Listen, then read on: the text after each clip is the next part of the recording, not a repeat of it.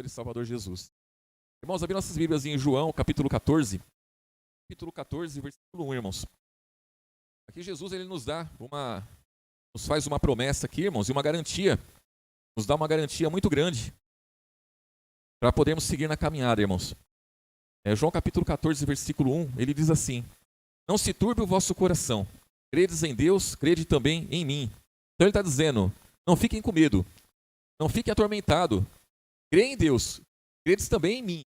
Aí ele diz aqui no versículo 2, na casa do meu pai há muitas moradas. Se não fosse assim, eu vou-lhe teria dito, pois vou preparar-vos lugar.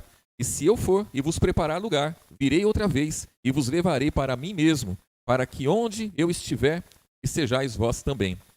Então aqui, irmãos, está a garantia para cada um de nós. Coisas aqui já se cumpriram, irmãos, e outras não. Então, Jesus ele estava aqui com os discípulos, carne nesse mundo, e ele disse, olha, não fiquem atormentados, fiquem em paz, mantenham seus corações em paz. Por quê? Porque na casa do meu pai há muitas moradas. E nós sabemos, irmãos, que outrora nós éramos morada de demônios.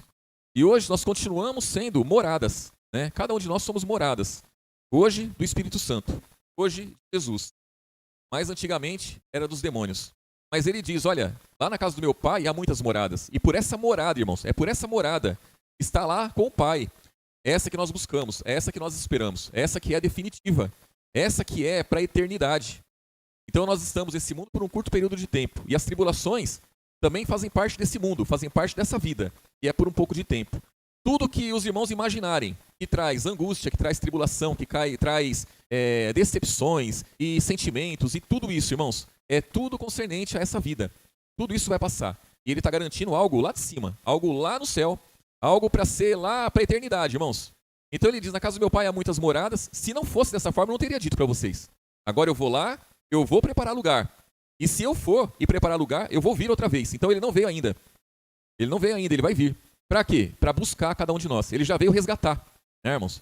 Então ele veio resgatar, ele veio e resgatou. Formou, estabeleceu a igreja dele aqui nesse mundo. Estamos nesse mundo. Mas há um dia, está garantido aqui, ele vai vir. Vai vir para buscar o seu povo, a sua igreja. E vai levar para a morada eterna, irmãos. E aí ele diz aqui, ó, versículo 4, ó, mesmo vós sabeis para onde vou e conheceis o caminho. Irmãos, os discípulos não sabiam de nada disso, mas ele afirma, vocês já sabem o caminho. Por que ele diz isso? Porque ele diz aqui, ó, versículo 5, disse-lhe Tomé, Senhor, nós não sabemos para onde vais, e como podemos saber o caminho? Disse-lhe Jesus, eu sou o caminho, a verdade e a vida. Ninguém vem ao Pai, senão por mim. O que ele está dizendo? Olha, se vocês estão em mim, eu sou o caminho. Se vocês estão em mim, pronto, é o que basta. Então vocês já me conhecem, vocês já conhecem o caminho. Basta estar em mim, porque ninguém vem ao Pai, senão por mim. Aquele que está em Jesus, irmãos, está no caminho. Está indo para onde? Para essa morada. Está indo para a vida eterna, está indo para a eternidade com Cristo. Então, quando ele diz, eu sou o caminho, irmãos, é algo espetacular. E aí diz aqui, ó, versículo 6 de novo, né? Ó, disse-lhe Jesus, eu sou o caminho, a verdade e a vida. Ninguém vem ao Pai, senão por mim. Se vós me conheceis a mim, também conhecereis a meu Pai, e já desde agora o conheceis e o tendes visto. Disse-lhe Filipe, Senhor, mostra-nos o Pai, o que nos basta. Disse-lhe Jesus, estou há tanto tempo convosco e não me tendes conhecido, Filipe. Quem me vê a mim, vê o Pai. E como dizes tu, mostra-nos o Pai? Não crês tu que estou no Pai, e o Pai em mim está em mim? As palavras que eu vos digo, não as digo de mim mesmo, mas o Pai que está em mim é quem faz as obras. Crede-me que estou no Pai, e o Pai em mim. Crede ao menos por causa das mesmas obras. Na verdade, vos digo que aquele que crê em mim também fará as obras que eu faço, e as fará maiores do que estas. Por quê, irmãos? Porque eu vou para o Pai. Então, e ele diz aqui no versículo 13, né, ó, e tudo quanto pedirdes em meu nome, eu farei, para que o Pai seja glorificado em quem, irmãos? Filho, se pedirdes alguma coisa em meu nome, eu farei. Se me amardes, guardareis os meus mandamentos, e eu rogarei ao Pai, e ele vos dará outro Consolador, para que fique convosco para sempre. Então, irmãos, são promessas grandiosas, tanto para esse tempo presente, como para o futuro. Nesse tempo presente, nós sabemos que ele já foi para lá e preparou morada. Está definido, irmãos. Nós sabemos que ele enviou o Espírito Santo, que é Consolador e habita em nós. Está definido também isso daí. E ele vai voltar, ele vai vir buscar a igreja. Então isso aí para a gente é o que basta, irmãos. Saber que está em Cristo e que tudo vai passar e ele permanece porque ele vive. Quem tem Jesus tem vida. Quem tem Jesus tem salvação, tem libertação, tem... O futuro está garantido, irmãos. Então, nós temos certeza de tudo isso daqui. Vamos lá em Hebreus. Hebreus capítulo 12, irmãos. Capítulo 12, versículo 1. Portanto, nós também, pois que estamos rodeados de uma tão grande nuvem de testemunhas, deixemos todo o embaraço e o pecado que tão de perto nos rodeia e corramos com paciência. Paciência que é perseverança, tá, irmãos? A carreira que nos está proposta. Olhando para quem, irmãos? Para Jesus, autor e consumador da fé, o qual pelo gozo que lhe estava proposto, ele suportou o que, irmãos? A cruz, desprezando a afronta e assentou-se à destra do trono de Deus. Então, Jesus, quando ele estava no mundo, ele tinha um gozo proposto, ele tinha uma alegria proposta, ele tinha, irmãos, a certeza de que ele ia voltar da onde ele veio, voltar para o Pai. Por isso, ele suportou a cruz. Por quê? Porque ele tinha essa confiança, ele tinha esse desejo, ele tinha essa alegria. Irmãos, só se vence com alegria. Nós também só vamos vencer esse mundo, só vamos vencer as nossas próprias vontades, os nossos desejos, a nossa natureza carnal, se nós tivermos alegria por aquilo que nos aguarda. É somente por isso. Se não for dessa forma, não iremos vencer. Jesus, a palavra afirma aqui, que é pelo gozo que estava proposto, pela alegria que ele tinha, pela carreira dele, ele venceu a cruz, ele desprezou a afronta. E nós também, irmãos, temos que desprezar a afronta. Por quê? Porque a nossa luta é contra demônios. A nossa luta não é contra pessoas. A nossa luta não é contra o mundo, não é não. Mundo pessoas. A nossa luta é contra principados, potestades, ossos espirituais da maldade, é contra essas coisas. Quando a palavra fala que Jesus ele venceu o mundo, nós também temos que vencer o mundo. Vencer o mundo não é vencer as pessoas. Vencer o mundo é aquilo que o mundo prega. É vencer o curso do mundo. É vencer, irmãos, tudo isso que o mundo dita. Nós temos que vencer isso daí. E a nossa carne, ela se agrada de tudo que o mundo oferece.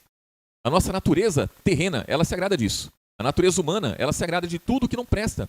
E é isso que nós temos que vencer todos os dias. Mas para isso temos que ter uma alegria proposta, um gozo proposto. O que é? É de ir para o Pai. É de ir para essas moradas que está reservada para cada um de nós.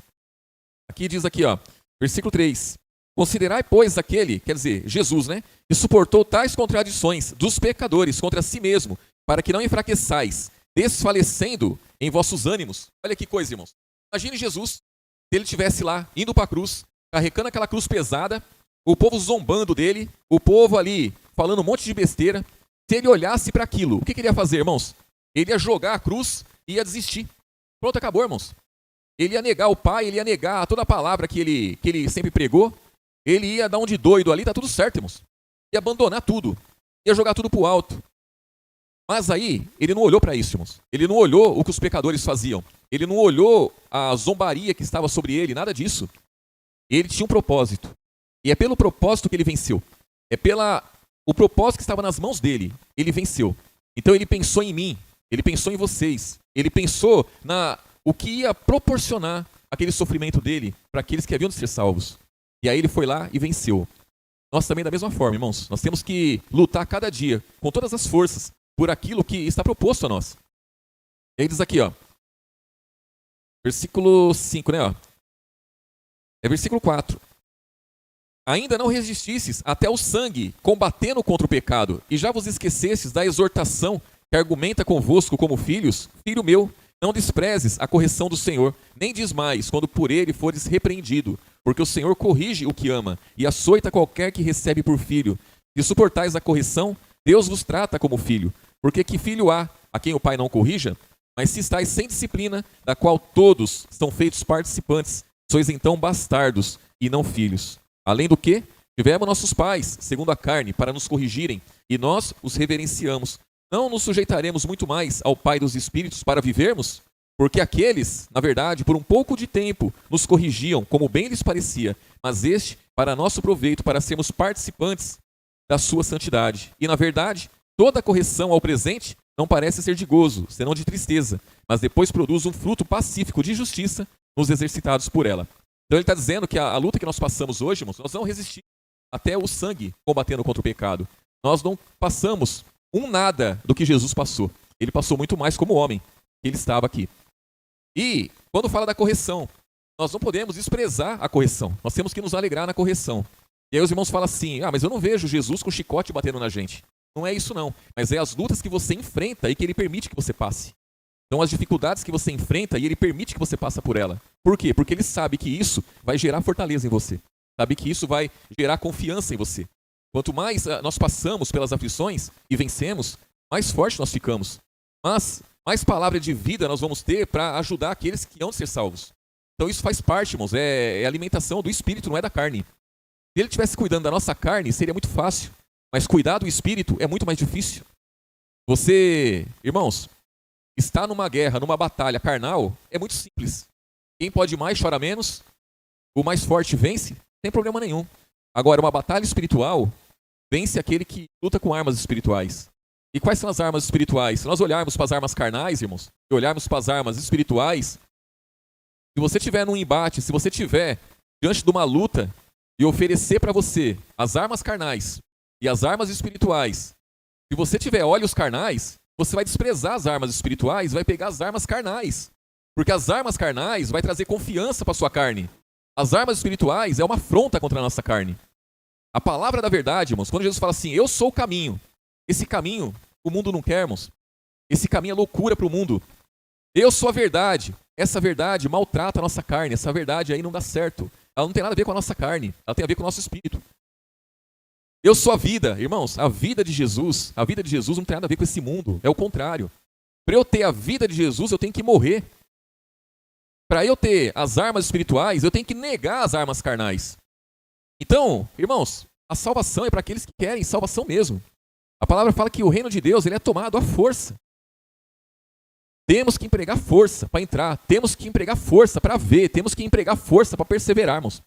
Aqui, ó, no versículo 12, diz aqui, ó, portanto, tornai a levantar as mãos cansadas e os joelhos desconjuntados. Irmãos, quantas vezes os joelhos não querem desconjuntar? Quantas vezes as mãos não estão cansadas? Quantas vezes, irmãos? E quando fala joelho, quando fala mão, não é esse joelho que nós temos no meio das pernas, no meio entre o pé e não é isso, irmãos. Não é a mão, não é essa mão que nós temos, nada disso. Mas é você confessar Jesus, é você abrir a boca e você falar da palavra, é você manifestar o caráter de Cristo, manifestar o amor de Cristo, é você, irmãos, confessar que você é filho de Deus, é você ter os seus pés firmes no chão, porque se o joelho está desconjuntado, irmãos, os seus pés não vão estar firmes, e o nosso pé, que é o entendimento, tem que estar firme, nós temos que andar com passos firmes. Quem que com o joelho desconjuntado consegue ter passos firmes? Ninguém consegue. Então nós temos que a cada dia, seguir adiante, cada dia olhar para Jesus. E aí diz aqui, ó, versículo 13, fazei veredas direitas para os vossos pés, quer dizer, caminhos direitos, para que o que manqueja se não desvie inteiramente, antes seja o que, irmãos? Irmãos, manquejar vai acontecer muitas vezes, só que quando qualquer um de nós estiver mancando, nós vamos ter que recobrar os passos, nós vamos ter que retomar os passos, não podemos cair. O próximo passo para quem manqueja é cair, irmãos. Então, aquele que manqueja, tem que endireitar os caminhos, seguir adiante, endireitar as veredas. Versículo 14. Segui a paz com todos e a santificação, sem a qual ninguém verá o Senhor. Paz com todos. Temos que buscar a paz, irmãos. Buscar a paz, buscar o acerto, buscar ser luz, buscar ser sal. E a santificação. Sem a santificação, irmãos, ninguém vai ver o Senhor. Por quê? Porque nós temos que buscar todos os dias. Temos que... O que é santificação, irmãos? É separação. E santificar é se separar. Se separar do quê, irmãos? Nós temos que nos separar do quê? É do esposo, da esposa? Não, é do pecado, é da morte, é das trevas, é do embaraço, é dos laços que tem nesse mundo, do curso do mundo, é nos separar disso, estar mais unidos com a palavra, mais unidos com Jesus, mais unidos com a verdade, mais unidos com o caminho, mais unidos com a vida. Diz aqui, ó, versículo 15, tendo cuidado de que ninguém se prive da graça de Deus e de que nenhuma raiz de amargura brotando vos perturbe, e por ela, muitos o que, irmãos? Irmãos, temos que tomar cuidado com a raiz de amargura, porque existe uma raiz de amargura. A palavra fala que temos que tomar cuidado para ela não brotar, porque se ela brotar, o que vai acontecer, irmãos? Vai perturbar. Se eu tiver uma raiz de amargura, essa raiz de amargura brotar, eu vou ficar perturbado, e vou contaminar os que estão ao meu redor. Os irmãos já viram isso? Irmãos, uma pessoa amargurada, ela contamina meio mundo de gente. E nessa carreira que nós estamos, esse caminho que nós estamos, que é Jesus, a chance de ficarmos amargurados é grande. Por quê, irmãos? Porque o caminho é verdadeiro. O caminho, ele é direito. Esse caminho não é torto. Esse caminho não é, irmãos, não tem nada de errado com esse caminho. O caminho é certinho. Só que a natureza humana que está em mim, essa aí quer ter a vida torta, irmãos. A natureza humana é terrível. E se eu der brecha, aí pronto, bate o que? Amargura. Por quê, irmãos? Porque não condiz uma coisa com a outra. Nós, como homens e mulheres espirituais em Cristo, estamos no caminho da verdade. Estamos no caminho da salvação. Mas, sem a santificação, quem vê o Senhor? Temos que buscar a santificação todos os dias. Cada um de nós, estamos propícios a ter uma amargura brotando ali, irmãos. Brotando. E aí, vai nos perturbar, vai contaminar os que estão ao redor. E isso a palavra diz, não convém. Versículo 16, ó. E ninguém seja fornicador ou profano como Esaú, e por um manjar vendeu o seu direito de primogenitura. Aqui ele está comparando a primogenitura de Esaú com a salvação que está em nós, irmãos. A nossa disposição. Nós temos uma salvação que vem através de Jesus. A salvação que Jesus garante para nós, ele está comparando com a primogenitura de Esaú. Esaú foi lá, voltou com fome e trocou a primogenitura dele por um prato de comida. Ele está dizendo, não sejam que nem ele. Por quê? Porque também vão oferecer um prato de comida para vocês. E vocês podem trocar a morada celestial, vocês podem trocar o caminho que é Jesus, a verdade que é Jesus, vocês podem trocar a vida que é Jesus por um prato de comida. Tomem cuidado, que não seja dessa forma. E quantas vezes, irmãos, não oferecem para nós prato de comida? Prato de comida, irmãos, é aquilo que sacia. Saciou a fome de Esaú. E a nossa carne? O que vai saciar a nossa carne? O mundo está aí para oferecer, irmãos. Então nós não podemos trocar aquilo que nós temos de mais precioso por um prato. E o prato é figura de tudo aquilo que o mundo nos oferece. Pode ser coisas relacionadas à prostituição, pode ser relacionadas a vícios, irmãos, a tantas coisas. Tantas coisas. É tudo que a nossa carne quer. Porque a nossa carne quer. Esse que é o problema. Então nós não podemos dar essa brecha. Nós temos que olhar para Jesus, que é o autor e consumador da fé. Temos que olhar para as suas promessas. Temos que olhar para o que ele venceu. Que se ele venceu, eu também posso vencer. Jesus, ele fez de tudo por mim, por que eu não vou vencer, irmãos? Nós temos que vencer. Aí diz aqui, ó. Versículo 16, né, ó. Ninguém seja fornicador ou profano como Esaú, por um manjar vendeu o seu direito de primogenitura. Porque bem sabeis que, querendo ele ainda depois herdar a bênção, foi rejeitado, pois não achou lugar de arrependimento, ainda que com lágrimas o buscou. Então, ele se deu mal, irmãos. Se deu mal. Esaú aqui armaram uma cilada para ele, né, irmãos? E ele caiu. E, bom, nós também, irmãos, para nós também. Se lá tinha a mãe dele que armou uma cilada para ele, o irmão, né, para Esaú, Jacó, a mãe, armou uma cilada para ele e ele caiu, a palavra fala que o diabo, ele arma cilada para nós também. Né, irmãos? E as ciladas que ele arma para nós são tão poderosas quanto essa daqui, que armaram para Esaú. E ele foi profano. Ele considerou a primogenitura algo simples, algo sem valor nenhum. Naquele momento ali ele pensou, o que me interessa agora é saciar a minha fome. Eu estou com fome. O que serve a minha primogenitura? Eu sou o filho mais velho. O que serve isso para mim agora? Nesse momento, o que vai me ajudar é saciar a minha fome. E nós estamos num mundo aí, irmãos, que necessitamos de tantas coisas. Os nossos olhos contemplam tantas coisas. A vontade de muitos aí de conquistar isso, conquistar aquilo outro. Tantas coisas que surgem. E aí o cristão ele pode pensar, né? Mas salvação, eternidade, morada celestial, está lá na frente ainda, está tão longe. Eu não estou conseguindo ver, eu não consigo nem sentir. Estou com essa dificuldade. Apareceu agora a escapatória para eu resolver esse problema. Por que eu não posso abraçar isso daqui? Simples, irmãos, simples. É você pôr na balança, é você entender. Eu aceitar, eu vou negar Jesus? Vou. Se eu aceitar, eu vou envergonhar Jesus? Vou. Então não. É isso. Porque, irmãos, nós não sabemos a que hora Jesus vai vir. E quando a palavra fala que ele vai vir, tanto faz eu estar vivo quando ele vier, ou eu estar morto quando ele vier. A palavra fala que não tem diferença nenhuma. Então, nós podemos fechar os olhos a qualquer momento. E aí já é a vinda de Jesus. Porque a partir do momento que o cidadão fecha os olhos, ali acabou para ele. Acabou para ele, não tem mais jeito.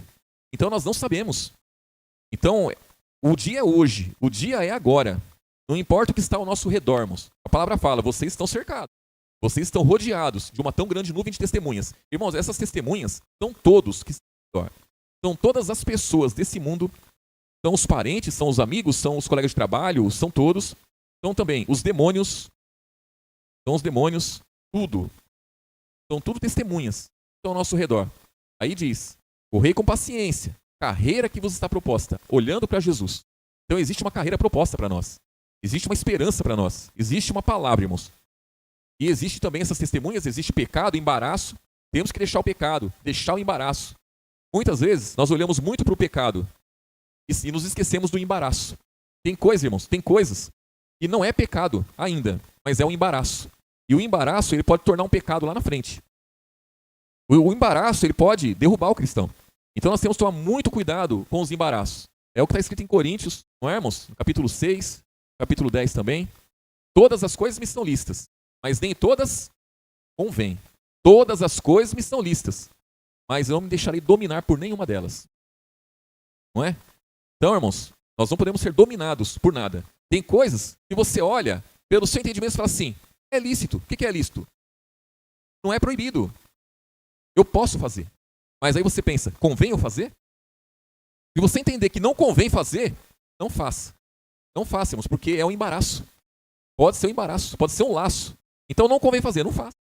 Ah, convém eu fazer. Tem um motivo para fazer? Então aí tudo bem. Aí você vai fazer com confiança.